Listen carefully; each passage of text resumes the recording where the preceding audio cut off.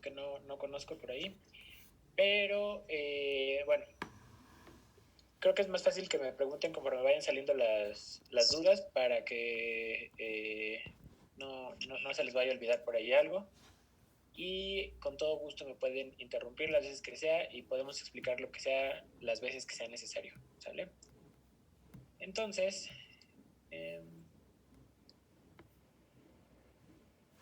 bueno,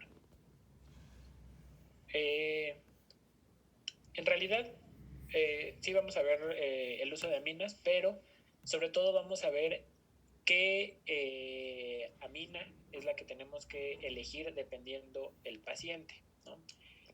Sobre todo, este tipo de decisiones se tienen que tomar de una forma muy rápida, la mayoría de las veces, pero lo ideal es que escojamos la mejor amina porque, como todos los medicamentos, van a tener algunos efectos adversos y por lo tanto tenemos que valorar bien esto antes de empezar con nuestro paciente.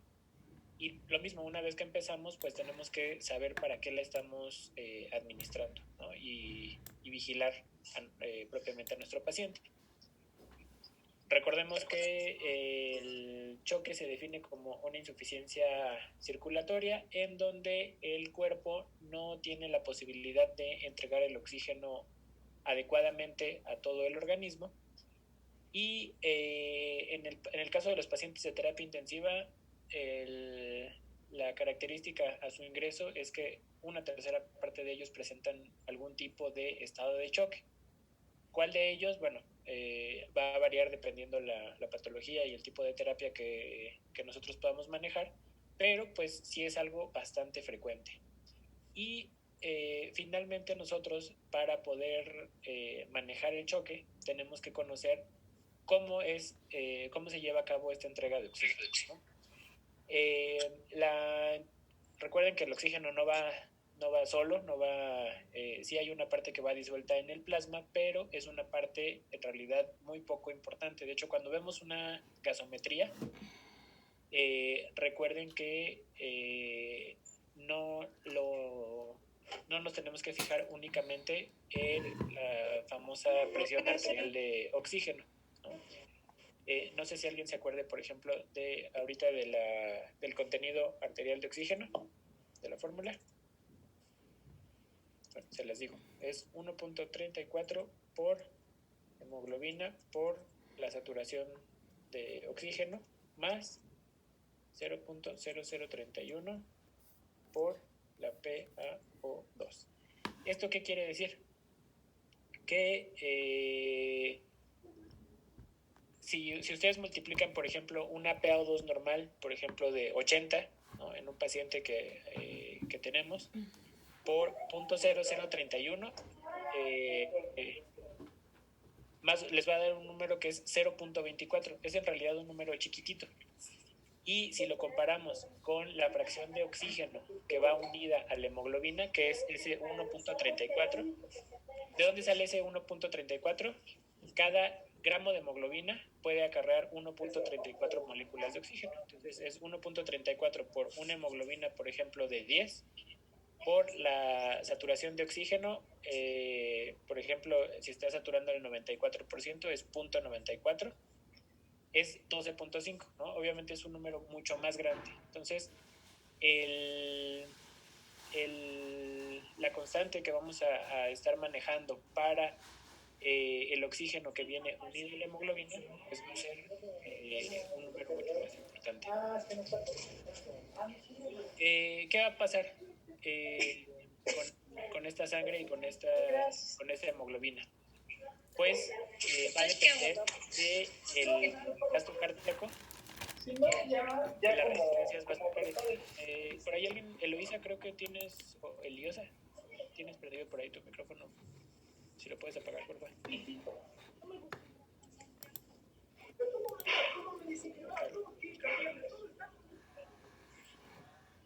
No, yo sí la cara para quitar. Bueno, menos digamos que sí. Sí, mira, por favor. Y bueno, entonces estábamos en que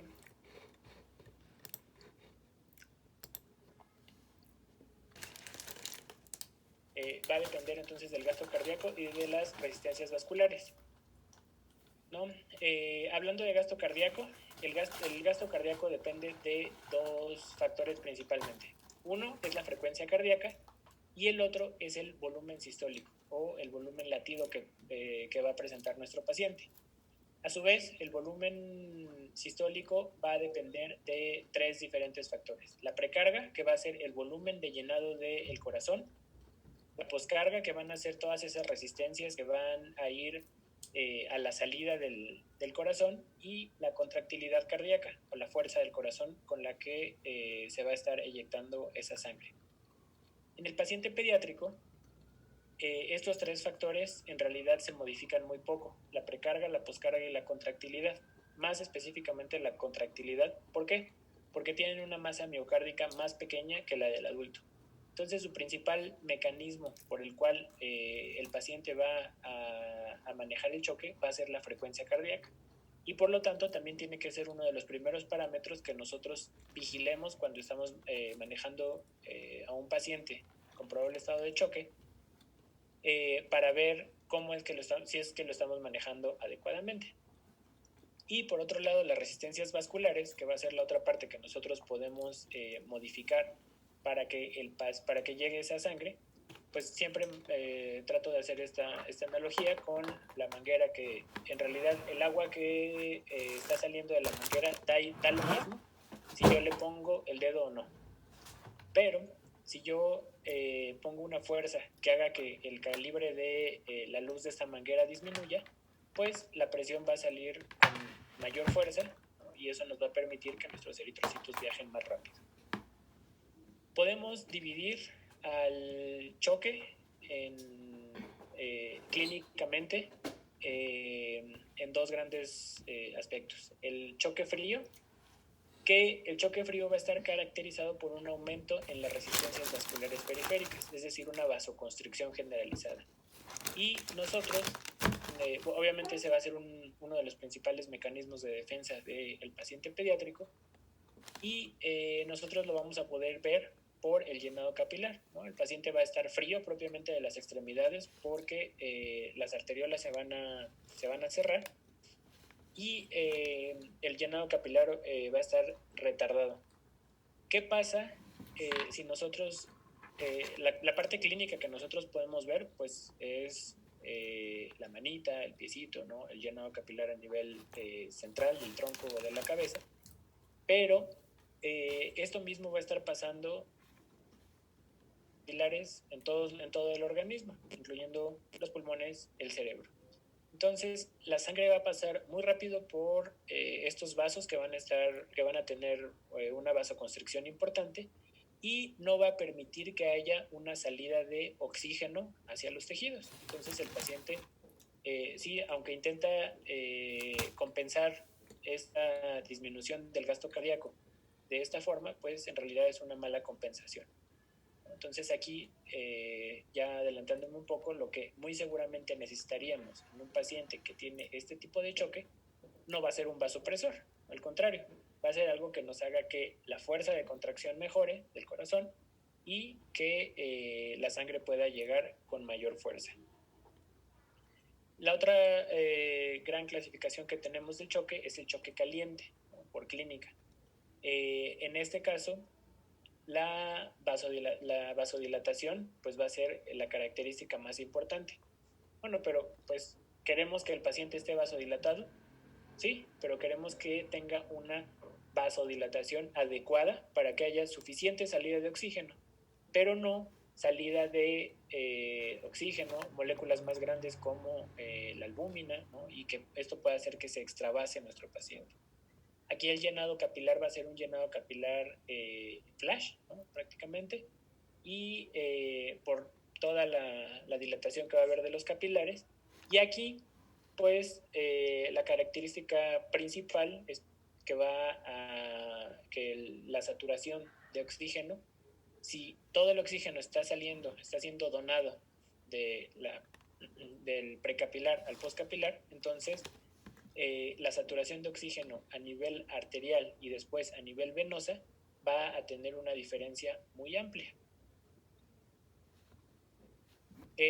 Como les comentaba, el gasto cardíaco en los niños pues depende más de la frecuencia cardíaca que propiamente de la masa muscular, ¿no? Va a ser su principal mecanismo compensatorio y por lo tanto la presión para que un paciente pediátrico cuando ya se está hipotensando pues prácticamente ya es un choque muy avanzado, ¿no? La presión arterial no es un buen indicador para que nosotros estemos vigilando el choque en un paciente pediátrico. Para esto tenemos algunos otros parámetros como obviamente la frecuencia cardíaca va a ser el primero que vamos a vigilar, el llenado capilar como ya lo hemos comentado, la calidad de los pulsos, ¿no? Si son pulsos saltones, si el pulso está filiforme, si el pulso es débil completamente, y el gasto urinario. El gasto urinario va a ser una parte fundamental, ¿no? La parte de los capilares, como les decía, pues clínica, la más fácil forma de revisarlo es con los capilares de las manos o de los pies, pero recuerden que el riñón pues prácticamente es una maraña de muchos capilares, entonces si no hay un buen gasto urinario, esto nos está hablando y va a ser el primer dato de choque de un paciente. Y secundariamente podemos ver alteraciones en el estado ácido-base con una posterior elevación del lactato, ¿no? Cuando estamos frente a una respiración anaerobia, porque no hay suficiente llegada de oxígeno, pues entonces va a haber elevación del lactato. Y entonces, como les comentaba, pues el objetivo de esta revisión es qué es lo que vamos a usar. Por un lado tenemos a los vasopresores, que como lo dice su nombre, se van a encargar de que haya una vasoconstricción periférica, un aumento en las resistencias vasculares y por lo tanto secundariamente un aumento de la presión arterial, o bien fármacos inotrópicos, ¿no? Que recordando que es un inotrópico positivo, es todo aquel medicamento que nos hace que aumente la fuerza de contracción del corazón y por lo tanto va a aumentar el gasto cardíaco y secundariamente va a aumentar la presión arterial. Ambos van a tener como resultado este aumento de la presión arterial, pero no va a ser el objetivo principal que nosotros vamos a querer cuando los estamos manejando, sino propiamente ya sea la vasoconstricción o el aumento de la contractilidad. Y como les decía, pues tenemos que tener objetivos cuando nosotros estamos manejando a un paciente, ¿no? Globalmente podemos decir que es mantener ese gasto cardíaco, pero tenemos que mejorar la disponibilidad de oxígeno, por un lado, ya sea administrando oxígeno con algún dispositivo de alto flujo, mantener una reserva venosa central entre 65 y 75%. ¿Esto de qué nos va a hablar? Bueno, pues de lo que les comentaba, si yo mido una saturación con un catéter venoso central por medio de una gasometría y yo veo que la saturación de oxígeno es mucho más baja que 70%, pues eso me va a estar hablando que el oxígeno prácticamente se está fugando, ¿no? De los capilares. Y al contrario, si yo tengo una saturación que está más arriba del 75%, pues quiere decir que tengo muy bien oxigenado a mi paciente, pero no estoy cumpliendo con el objetivo de que ese oxígeno sea donado a los tejidos. Y secundariamente a esto, yo puedo vigilar que mi paciente tenga un buen gasto urinario. Hablando del paciente pediátrico, recuerden que el gasto urinario o el objetivo del gasto urinario es que voy a tener que colocar una sonda vesical y que los signos vitales estén dentro de parámetros de normalidad, ¿no? La presión arterial va a ser el último de ellos que me va a importar. Al principio el que más me va a importar es la frecuencia cardíaca. Cuando yo empiezo a administrar cualquier vasopresor o cualquier inotrópico, esa va a ser la primera respuesta que yo voy a tener que estar vigilando.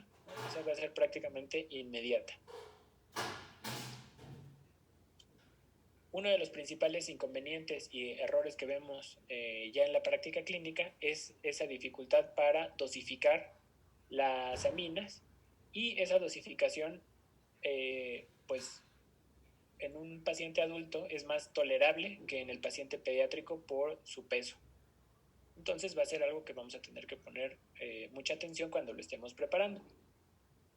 ¿En dónde van a actuar cada uno de estos medicamentos? Bueno, pues cada uno tiene sus receptores bien establecidos.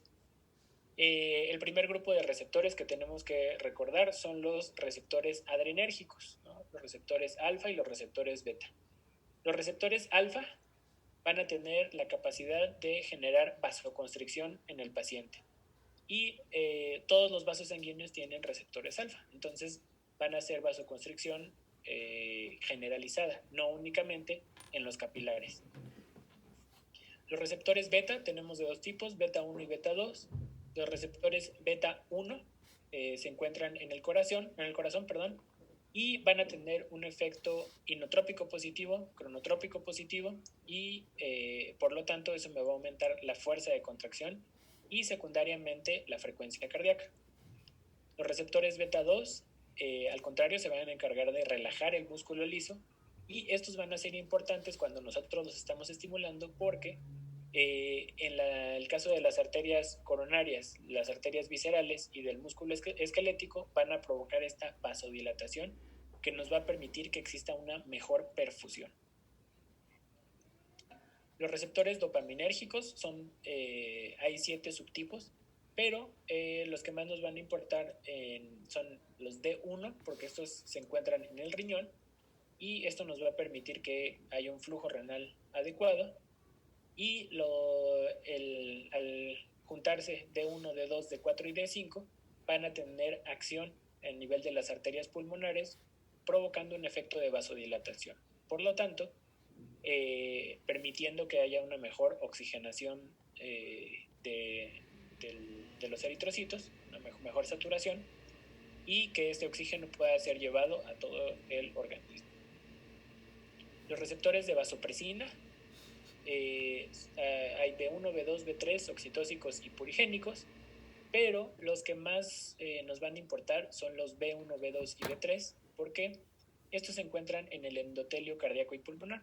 Esto va a hacer que mejore la contractilidad cardíaca, pero también que exista una vasoconstricción. Entonces este va a tener un efecto inotrópico. La estimulación de estos receptores va a tener un efecto inotrópico, pero también un efecto vasopresor muy importante. Y ahora sí vamos a empezar a hablar de cada una de las aminas que habitual o de las que más frecuentemente se utilizan, sobre todo en quirófano y en las terapias intensivas. La adrenalina o epinefrina va a tener dos efectos dependiendo de la dosis a la cual la estemos utilizando.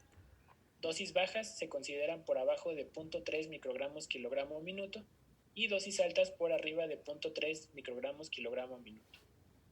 En realidad no hay un tope que esté descrito hasta cuánto podemos utilizar lo más alto, pero lo que sí se recomienda es empezar normalmente por dosis de 0.1 microgramos kilogramo minuto, con el objetivo de hacer una estimulación beta 1 y beta 2. Y hablando ya propiamente del efecto clínico que vamos a ver en el paciente, si estamos estimulando los receptores beta, pues va a aumentar la frecuencia cardíaca, va a tener un efecto propiamente inotrópico positivo, con vasodilatación en el músculo esquelético y en los lechos vasculares.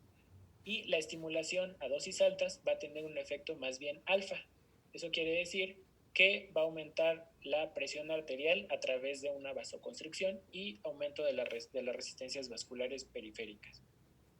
Aquí el único inconveniente del uso de adrenalina es que todo esto va a hacer que aumente el consumo de oxígeno.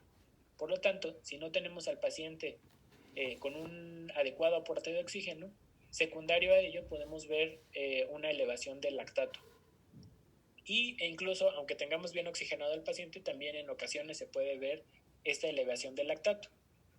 Esta elevación del lactato no siempre nos preocupa, sobre todo cuando sabemos que ya tenemos dosis altas de adrenalina, porque se ha visto que este lactato nos está hablando de una mayor función a nivel cardíaco, pero no propiamente de una hipoperfusión en los diferentes órganos. Entonces, en realidad no se ha correlacionado con una mayor mortalidad.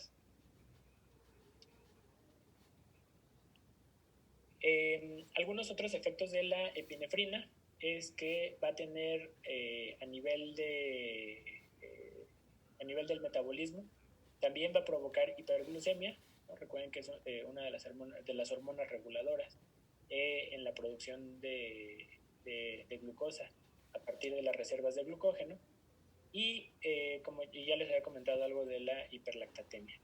Va a tener un efecto arritmogénico, también a dosis altas, lo cual nos puede conllevar a que el paciente tenga un mayor riesgo de presentar isquemia miocárdica e isquemia de algunos órganos abdominales. Entonces, el paciente, o ya hablando aquí de la monitorización secundaria que tenemos que tener, pues este va a ser un punto que tenemos que recordar, ¿no? Todos los pacientes que empecemos a manejar aminas tienen que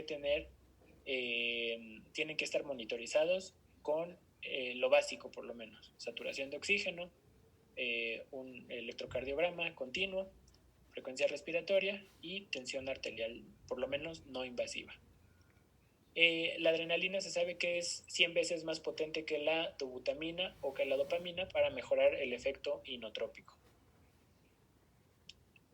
La norepinefrina va a tener un efecto muy potente a nivel vasoconstrictor por estímulo alfa 1.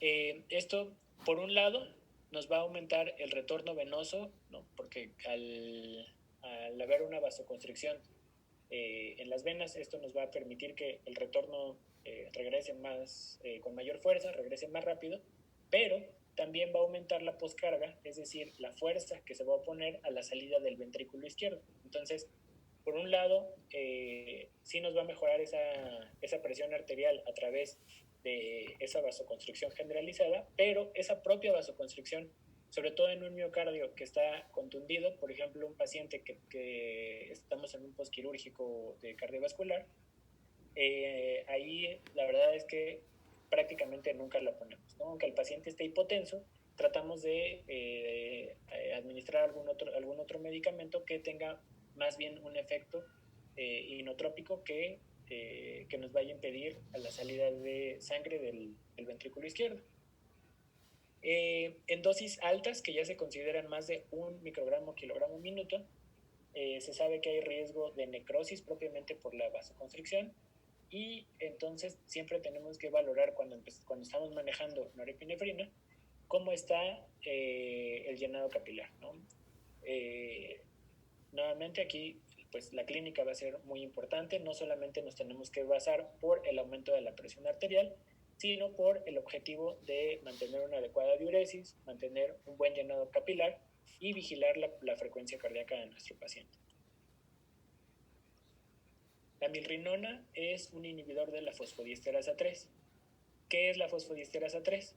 La fosfodiesterasa 3 se va a encargar de que haya un cambio del segundo mensajero AMP cíclico a AMP, y por lo tanto esto secundariamente va a tener un efecto de relajación a nivel del músculo cardíaco. Entonces aquí lo que queremos hacer es inhibir este paso de AMP cíclico a AMP y por lo tanto tener un efecto de aumento de la contractilidad cardíaca. Secundario a este aumento de la contractilidad, se va a ver un efecto vasodilatador, y al mismo tiempo de mejorar la contractilidad, también va a mejorar que el miocardio se pueda dilatar y tener un buen llenado de sangre. Entonces, prácticamente lo que va a hacer es que el corazón se abra y se cierre adecuadamente, y esto mejorar el gasto cardíaco del paciente.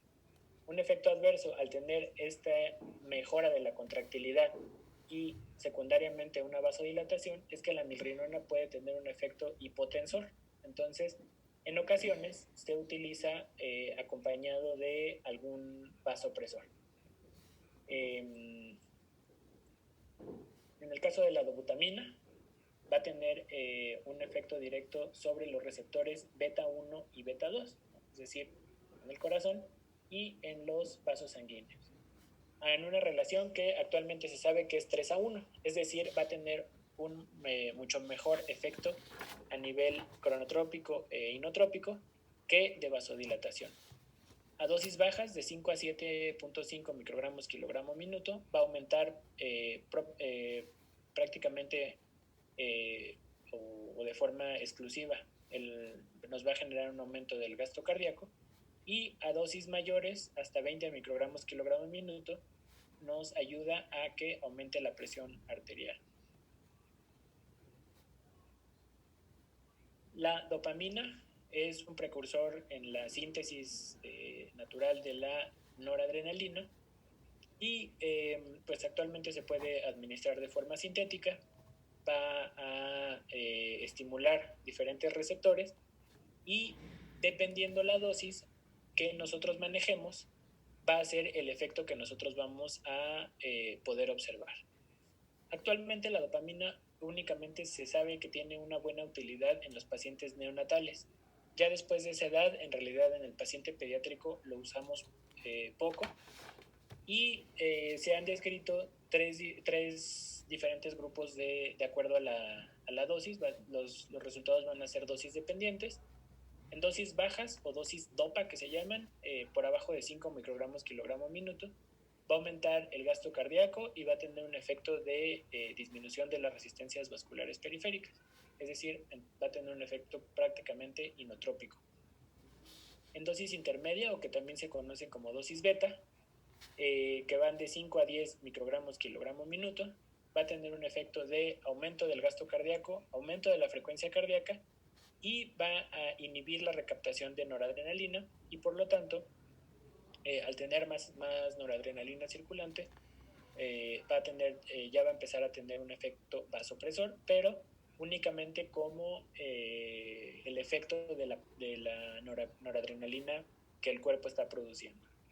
Y a dosis altas, o dosis alfa, que va de 10 a 20 microgramos kilogramo minuto, va a tener un efecto vasoconstrictor a nivel periférico. Ya es como si estuviéramos administrando extra una dosis de noradrenalina.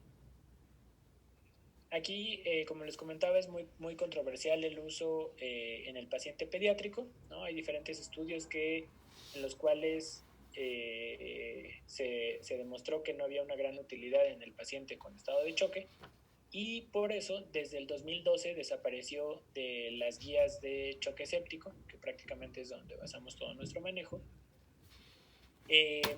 Actualmente nada más se utiliza en los pacientes neonatales y además también ya se sabe que estas dosis, aunque sí son dosis dependientes, pues los receptores de los neonatos todavía no están completamente desarrollados y no necesariamente a estas dosis se va a comportar el paciente. Una vez más tenemos que vigilar y saber qué es lo que tenemos que esperar a la dosis que nosotros estamos manejando a nuestro paciente.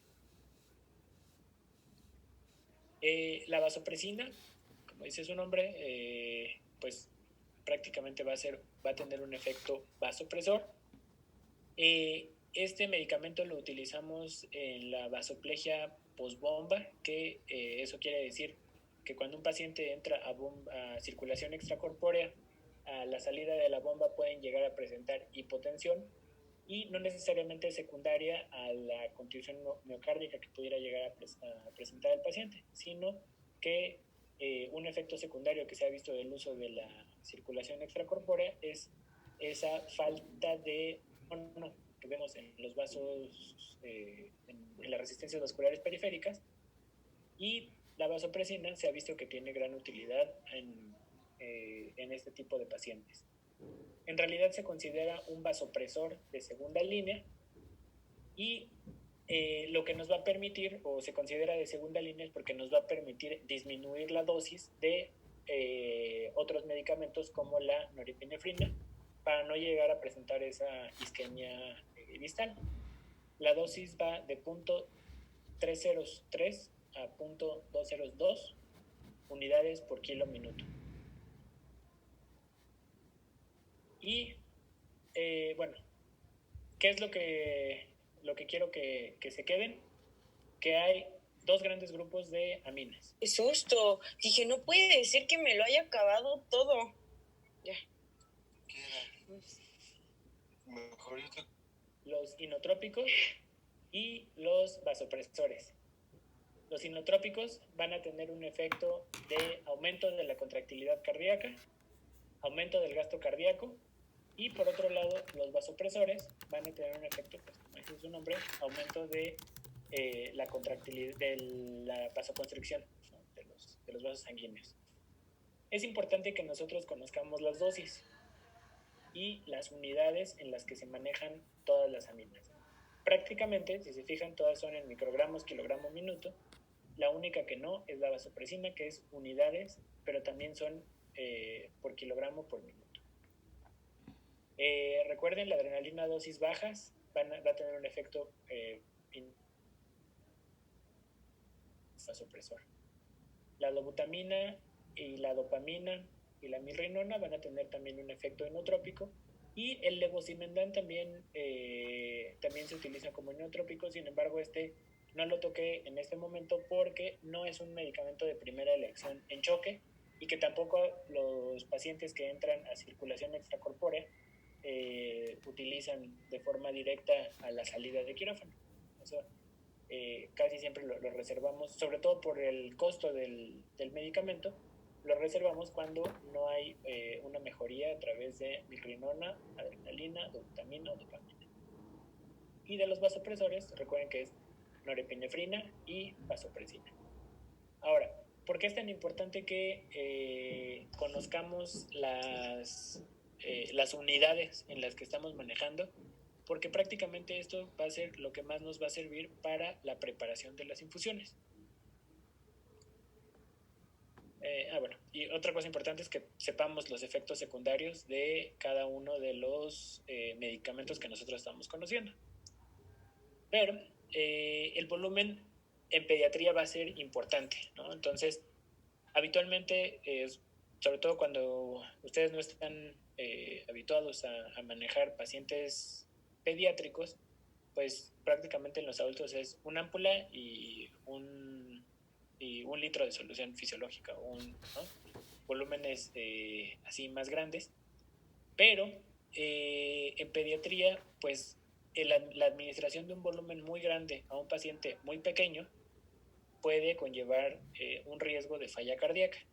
Y al revés, si estamos manejando un volumen, muchas veces por miedo, concentramos de más las aminas, y manejar volúmenes muy pequeños puede llevar a efectos adversos como la extravasación de las propias aminas y que el paciente se pueda quemar.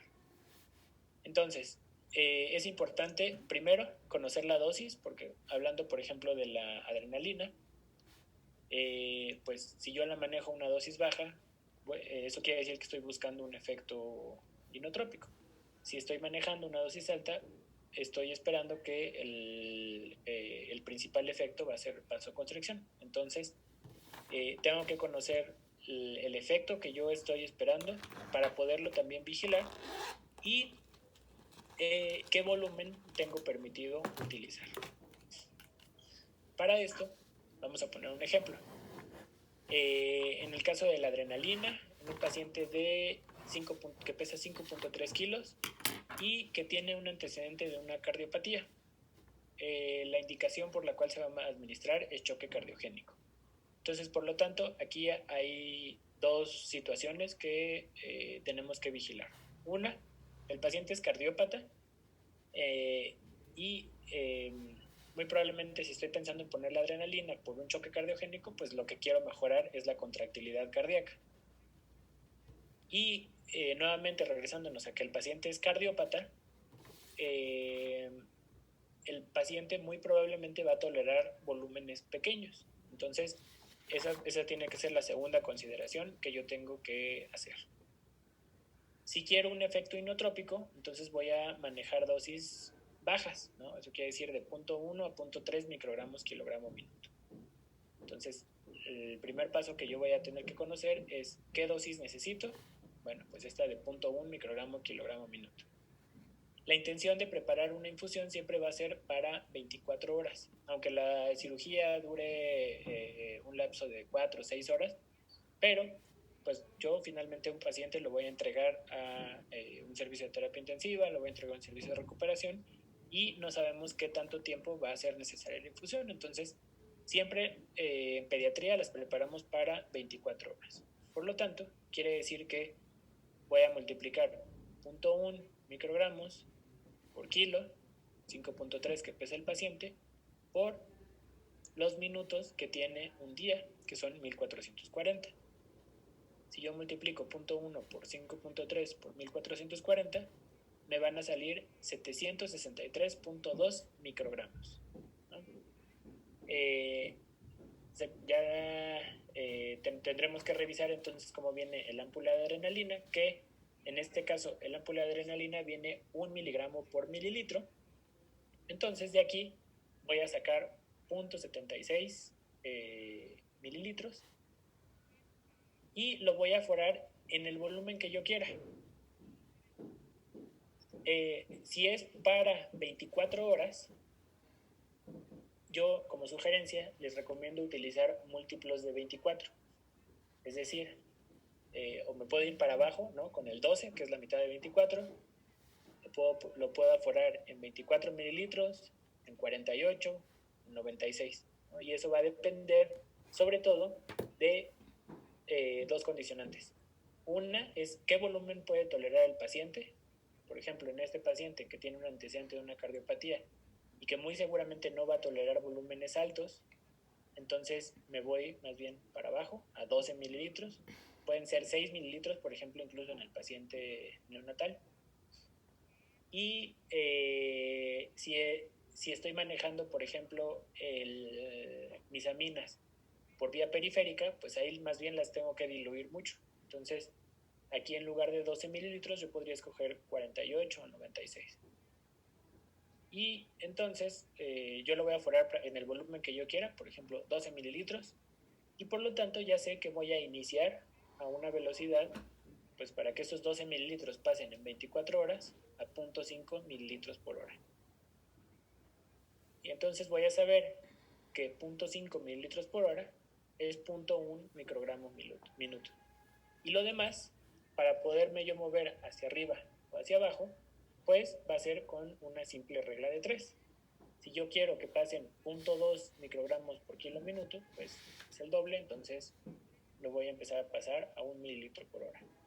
Como sugerencia, siempre, sobre todo en quirófano o en la terapia intensiva, cuando nos enfrentamos a un paciente que tiene diferentes bombas, que son, por ejemplo, en esta foto de aquí, diferentes tipos de bombas que estamos manejando, o que a veces parecen arbolito de Navidad nuestros pacientes y tienen muchas bombas, pues rotúlenlas, ¿no?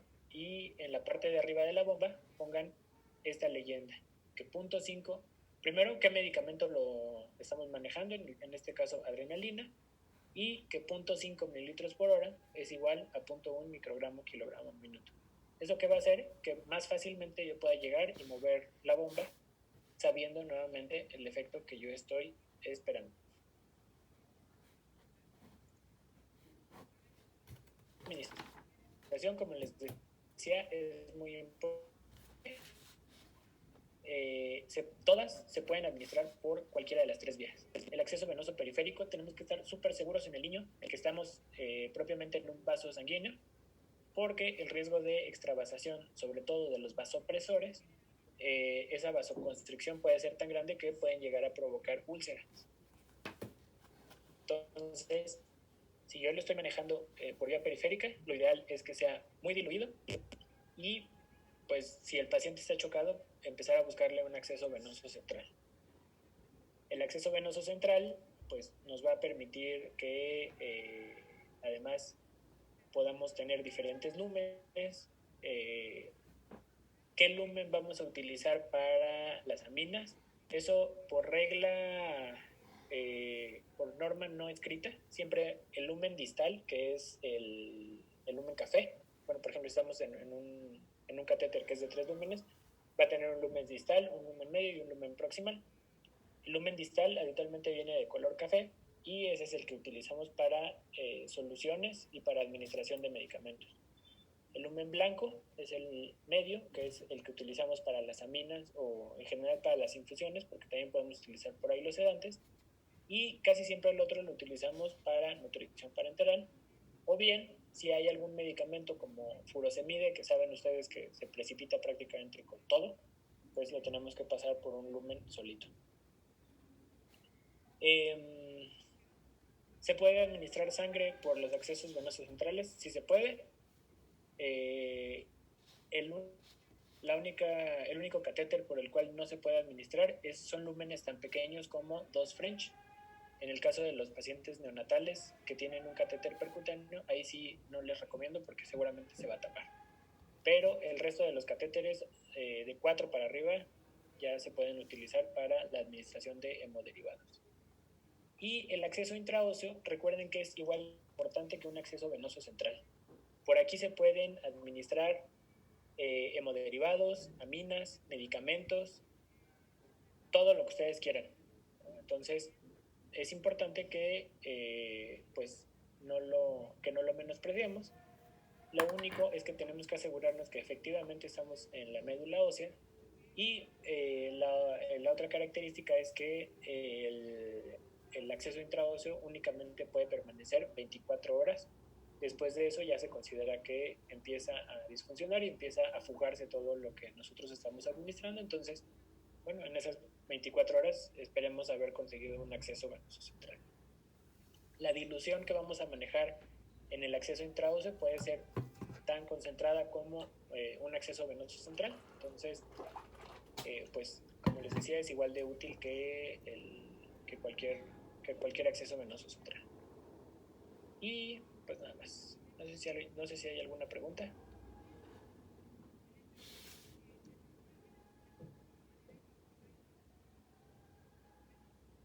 Traté de darles nada más los puntos esenciales y lo práctico que ustedes tienen que saber al momento de preparar las aminas ahí en el quirófano. Pero bueno, si alguien tiene alguna duda, si algún paciente por ahí que les quedó dudas de algún paciente pediátrico, pues con todo gusto. ¿Nadie tiene dudas? No, doctor, ninguna duda, pero solo quería agradecerle su tiempo porque estuvo muy, muy bonita su clase, muy clara. Muchísimas gracias. Gracias, Mariel. ¿Qué ibas a decir, Diego? Que me iban a preguntar algo de una albúmina. ¿Qué dijiste? Sí, ok. Lo que pasa es que ya ves que pasamos albúmina al 5% y no al 25% que viene normalmente. Exactamente. Querían saber cómo le hacemos para pasársela al 5%. Ok, bueno. Ese punto es muy importante. ¿Por qué no la podemos pasar al 25%? Porque nuestros capilares no aguantan esa concentración. Una concentración por vía... Ay, no estoy compartiendo mi pantalla, perdón.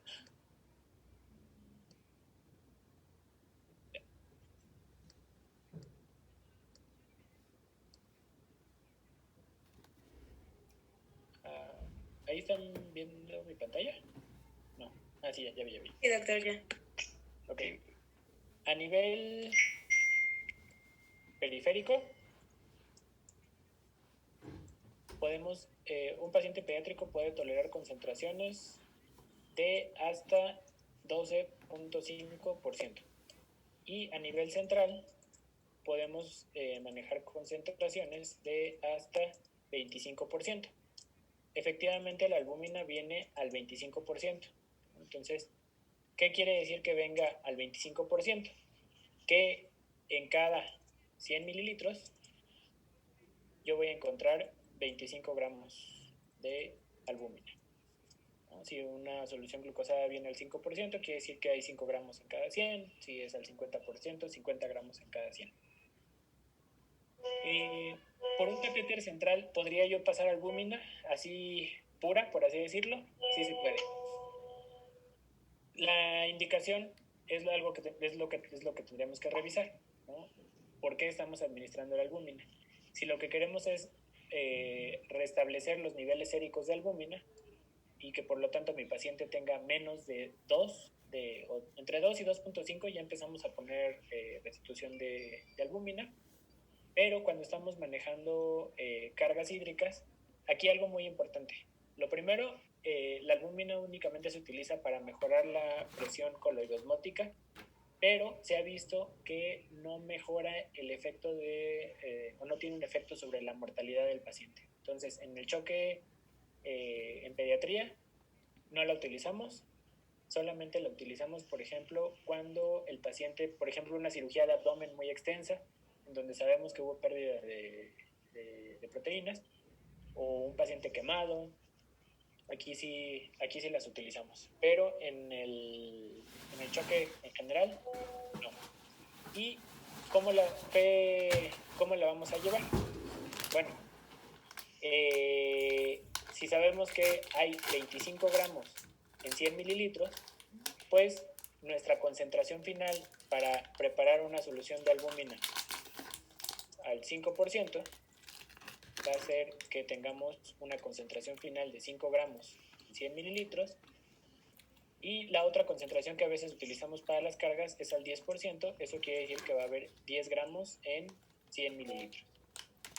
Entonces, lo primero que tenemos que conocer es el volumen total al que vamos a administrar la carga. Total de la carga. Por ejemplo, si mi paciente pesa 10 kilos, habitualmente las cargas se pasan a 20 mililitros por kilo. Entonces, el volumen total que yo voy a administrar en la carga va a ser de 200 mililitros, ¿no? ¿Hasta ahí vamos bien? 20 por 10, 200. Ay, y volvió a escribir 100. 200 mililitros. ¿Ok? Si quiero una infusión al 5%, entonces tengo que hacer una regla de 3. Si hay 5 gramos en 100 mililitros y yo quiero 200 mililitros, entonces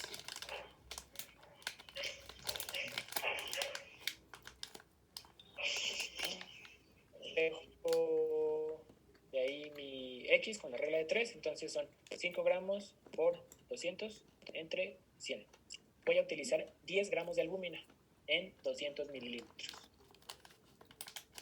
Por lo tanto, y aquí tengo que hacer otra regla de 3.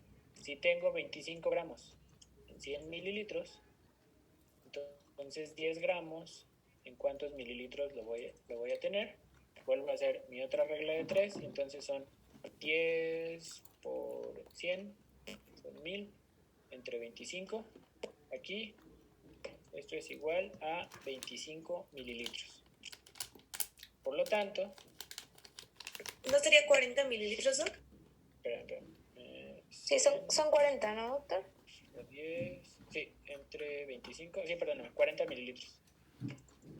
40 mililitros, bueno, era para ver si me estaba poniendo atención. No, no es cierto. Entonces son 40 mililitros. Por lo tanto, voy a poner 40 mililitros de albúmina al 25%, más, ¿cuánto me falta para llegar a 200? 160. Más 160 de solución Hartmann, de solución fisiológica, o lo que yo quiera, ¿no? Y entonces ya tengo mi albúmina al 5%. ¿Sí se entendió? Sí, doctora, ¿puede hacerse la dilución? Puede hacerse con cualquier cristaloide, no con glucosada y no con pues prácticamente, y no con agua bidestilada. ¿Se podría con agua bidestilada? Sí se puede, pero ¿qué es lo que nosotros buscamos con administrar una carga de albúmina? Mejorar la presión coloidosmótica. Entonces, por un lado, los cristaloides se ha visto que es la mejor forma de hacer este restablecimiento en agudo de las presiones, y si estoy añadiendo el albúmina, pues entonces lo habitual es que utilicemos solución Hartmann o solución fisiológica como para mejorar aún más el efecto que yo estoy buscando. ¿Vale? Muchas gracias, doctor. La verdad esa era mi duda porque yo no me acordaba bien cómo se hacía la conversión, pero muchas gracias. Está facilito, ¿no? Nada más son reglas de 3. Sí, ya me acordé, ya me quedó claro. Le voy a pasar, bueno, si quieren la presentación, se la paso al doctor Escalona y ya que él se las distribuya, ¿sale? No tengo ningún inconveniente con eso. Muchas gracias, Sí, doctor. De verdad, Gracias, doctor. cualquier duda que tengan o cualquier otro tema que quieran que revisemos de pediatría, lo podemos ver. Muchas gracias. Perfecto. Doctor, ¿No tiene ninguna otra duda? Diego Garay. Sí, doctor, diga. Habla el doctor Joaquín Sánchez, profesor también del curso. Hola, No, pues doctor. nada más, bueno, pues agradecerle al doctor Garay su tiempo y su muy práctica plática que nos dio, creo que de una forma muy sencilla y muy enriquecedora, ¿no? Y bueno, pues también gracias, Alejandro, por la invitación. Y bueno, pues estamos pendientes y claro, veremos la plática, ¿no? Gracias, doctor. Al contrario, que estén muy bien. Perfecto, nos vemos. Muchas gracias. Hasta luego. Gracias, doctores. Muchas gracias, Gracias. doctor, por su Hasta tiempo. luego.